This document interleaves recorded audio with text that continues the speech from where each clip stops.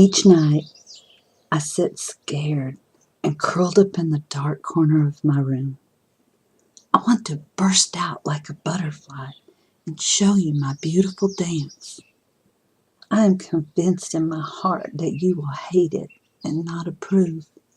So I repeat over and over, don't do it. Don't take the chance. Tomorrow, I will prove to the world I am worthy of being accepted. Tomorrow, I will figure out how to earn your approval and love. I know I can do it. I know somewhere inside me I have greatness. Yes, tomorrow I will work hard to prove to you what I am made of. If I had to describe in one word how I felt about my life most of the 58 years I've been on this beautiful planet Earth, I would unequivocally say that word is scared. What are you scared of, you ask? Everything. Why are you scared of everything, you ask? I don't know, and that scared me. What if, when I was developing in the womb, something went haywire in my brain or my body chemistry makeup? What if something traumatic happened to me when I was a young child and I don't remember? What if I'm adopted and this isn't even my real life? From birth to growing into the older, mature woman that I am today, all things were anxiety. Something had to have happened to make me so abnormally anxious. This thing I call my life was a journey of fear, inadequacies, heartbreak, unworthiness, loss, unlovable, pain, hopefulness, hopelessness, loss of direction, and eventually patience, peace, purpose, joy, and an abundance of love. I was so driven as a child. My mother would later describe me as a go-getter who would get bored easily. I know I was just plain scared. I was scared of not being loved enough or loving the wrong people. I was scared of not being smart enough or being smart in the wrong subjects. When my mother scolded me, it tore right through me.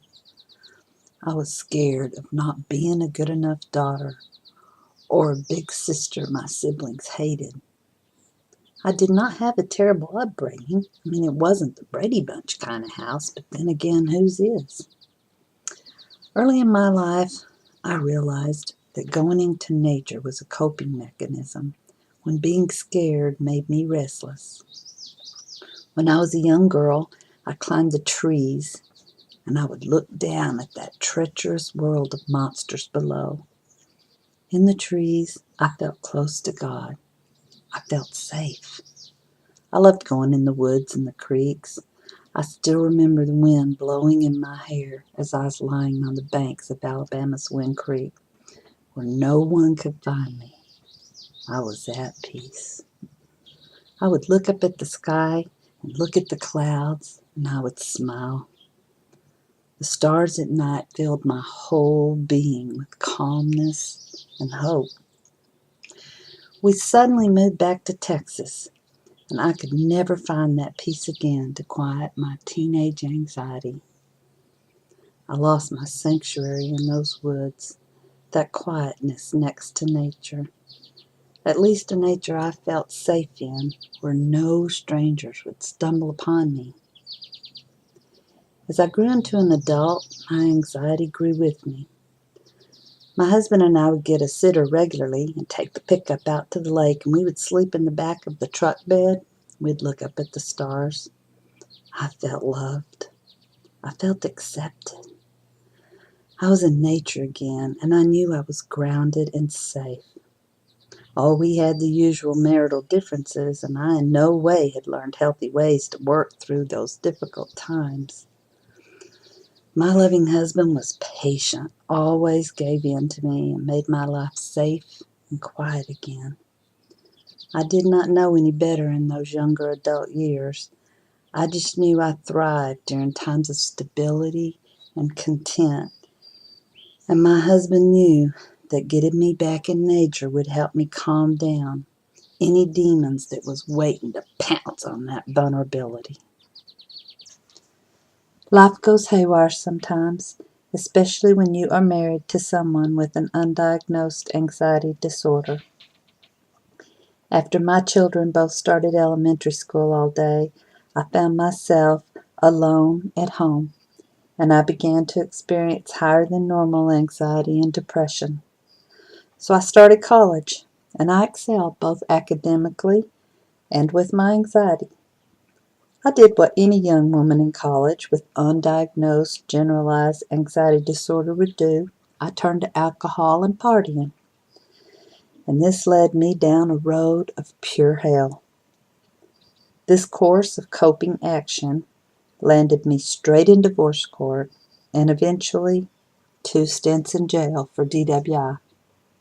I was officially diagnosed with an anxiety disorder a few years later, but in the 1990s, doctors and counselors really had no idea how to treat this mysterious disorder. I spent my middle-aged years self-medicating with beer and taking antidepressants, which doctors kept changing every few months or increasing the dosage. I was still experiencing high anxiety. In October of 2003, hope came to me in the form of a beautiful, furry ball of love I named Captain. I magically remembered what true love was again. Somehow, I learned that to make sense of my life and find peace, I had to get quiet and listen. Captain and I would quietly lay under the stars in our front yard at night. We would drive to the lake and find quiet in the blue, cool water. We would enjoy quiet picnics on a blanket in the park. Sometimes Captain would take me for walks down rustic trails as we bonded with nature and quiet. I slowly began to find peace. I slowly began to find direction. People with undiagnosed anxiety disorders many times find unhealthy ways to cope. To survive, the instinct is to adapt with whatever works. Many times, the raging mental noise caused by anxiety keeps the sufferer from choosing healthy coping skills. The key to learning to manage your anxiety disorder is to find your direction in your quiet. Each of us have a different direction. Each of us have a different quiet. I have learned that people with anxiety disorders live all things anxiety until they realize they truly have a disorder that can be managed. Life with peace, purpose, success, and love does exist inside an anxiety disorder. Find your direction in your quiet.